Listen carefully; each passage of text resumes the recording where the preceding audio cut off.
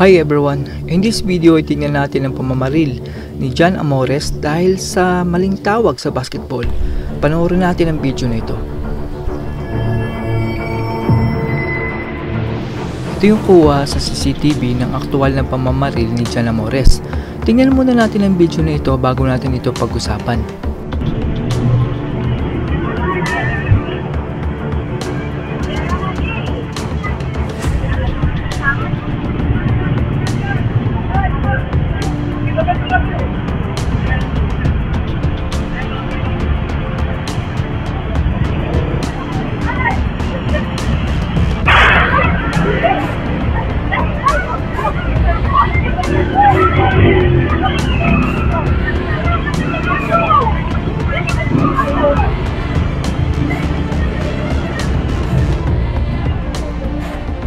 Nakita natin yung aktual na pamamaril ni Jan Amores. Buti na lang at hindi talaga asintado itong si Jan Amores dahil hindi tinamaan ang kanyang binaril. Nag-aalangan din siguro siya dahil dun sa nakabulo na muntikan ng tamaan. Buti na lang at athletic yung binaril ni Jan Amores dahil nakatakbo agad siya. Nang makutuban niya, nababarilin siya ni Jan Amores. Dahil doon ay di nagkaroon si Jan Amores ng aim at kahit yung nakablue ay hindi rin niya tinamaan. Kung mapapansin nyo ay parang naging shield nung biktima yung naka-blue na lalaki. Mabuti na lang at mahina ang aim ni Amores dahil walang tinamaan dun sa dalawang biktima. Nitong September 26, 2024 ay sumuko na magkapatid sa pulis. Yung kapatid ni Jan Amores ang nagmamaneho ng motor kaya kasabwat talaga ang kapatid nito. Hindi akalain ni Jan Amores na makikita sa CCTV ang kanyang pamamaril dahil lamang sa basketball game sa Lumban. Nakita natin na bumaba si Jan Amores sa motor na minamaneho ng kanyang 20 years old na kapatid. Ang oras ng pamamaril ay 5 o'clock ng hapon. Ayon sa chief ng pulis ng Lumban ay sumali si Amores sa basketball game sa barangay Salak.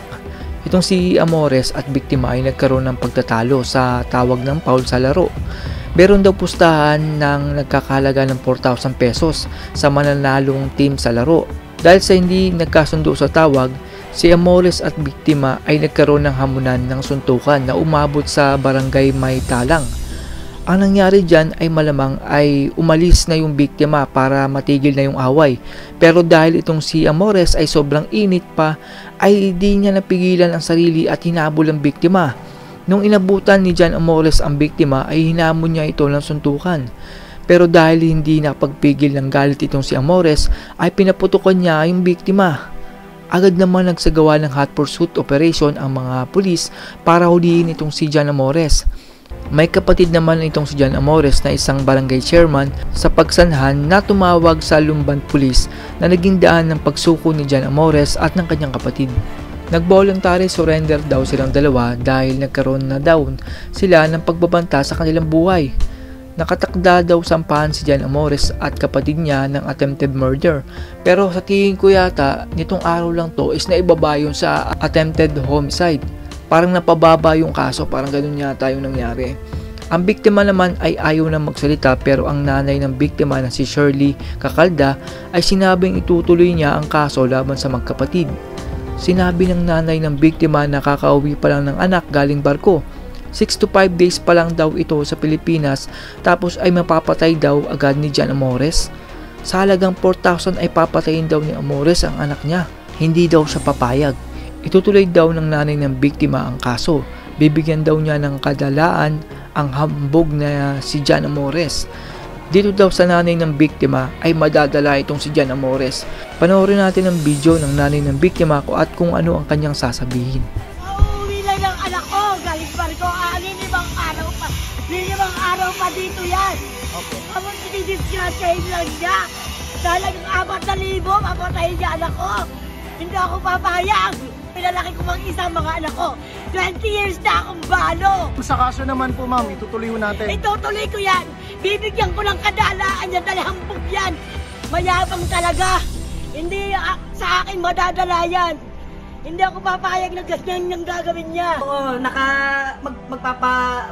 sabi niya mag-ano lang daw siya. Naka-uniform kasi siya ng pang-basketball. Sabi niya magpapapawis lang daw. Naghanap pa nga ng medyas dun sa amin eh. Yung motor niya, ang kinuha niya yung motor ng kapatid niyang bunso. Kaya yung motor niya nasa hanggang ngayon nasa amin. Ang ginamit niya kasi yung motor ng anak kong ng bunso na i-stock lang sa bahay. Kaya siguro naisip niyang gamitin. Ang planong pagkausapin sila. Nagpapasalamat ko lang sa Diyos talaga. Walang nangyari sa anak ko. Kaya nagpapasalamat ako, may nagsabi walang tama, walang nangyari. Pero nung makita ko yung CCTV, harap-harapan niyang binaril ang anak ko. Narinig natin yung boses ng nanay ng biktima. Meron lang ako napansin dito. Nakita niyo yung naka-black na lalaki. Hindi siya tumakbo nang nagpaputok si Jana Mores. Yung mga tao kasi, ang normal na reaksyon nila pag nakarinig ng putok ng baril ay tumakbo. Pero itong naka-black na ito ay parang kalmado na kinuha pa ang gamit na naiwan ni na Jana Mores. Sa opinion ko lang ay parang kasabot nila yung lalaki na yun. Kasi hindi siya tumakbo tulad ng ibang tao. Kung hindi niya kasama yung naka-black na yun ay tatakbo agad siya palayo dahil baka tamaan siya ng bala. Pero nakita nyo yung reaksyon niya, pinulot pa niya yung mga gamit ni Jana Mores. Parang nakaabang na yung naka-black na yun sa pagdating ng biktima na magkitimbre kay Jana Mores kung nasan yung kaaway niya. Opinion ko lang naman yun. Kasi halos lahat ng tao nagtakbuhan na sa crime scene pero yung naka-black na yun ay nakuha pang pulutin yung gamit ni Jana Mores. Itong si Jana Mores ay nasangkot na sa isang suntukan na gulo sa NCAA kung saan nagalit siya dahil parang mali yung tawag sa kanya tapos parang nabuyo siya nung kalaban na team. So ang nangyari noon is hinugod niya papunta dun sa kabilang bench tapos sinuntok niya mga 5 players yata yun. So dun pala makikita nyo na yung temper ng ugali ni Jana Mores is talagang hindi niya kayang kontrolin yung galit niya. So tingin ko dito dapat hindi na payagang maglaro to si Jana Mores kasi binigyan na siya ng chance eh. After nung nakipagsuntukan siya, dinala siya sa PBL. I think PBL yung team. Tapos after nun, dinala uli siya sa PBA na. Talagang sa professional na talaga yung dating sa kanya. Pero after nung binigay sa kanya pagkakataon is eto nga, nanuntok na naman siya ng kalaro. So after nung binigyan siya ng chance is eto naman na nangyari.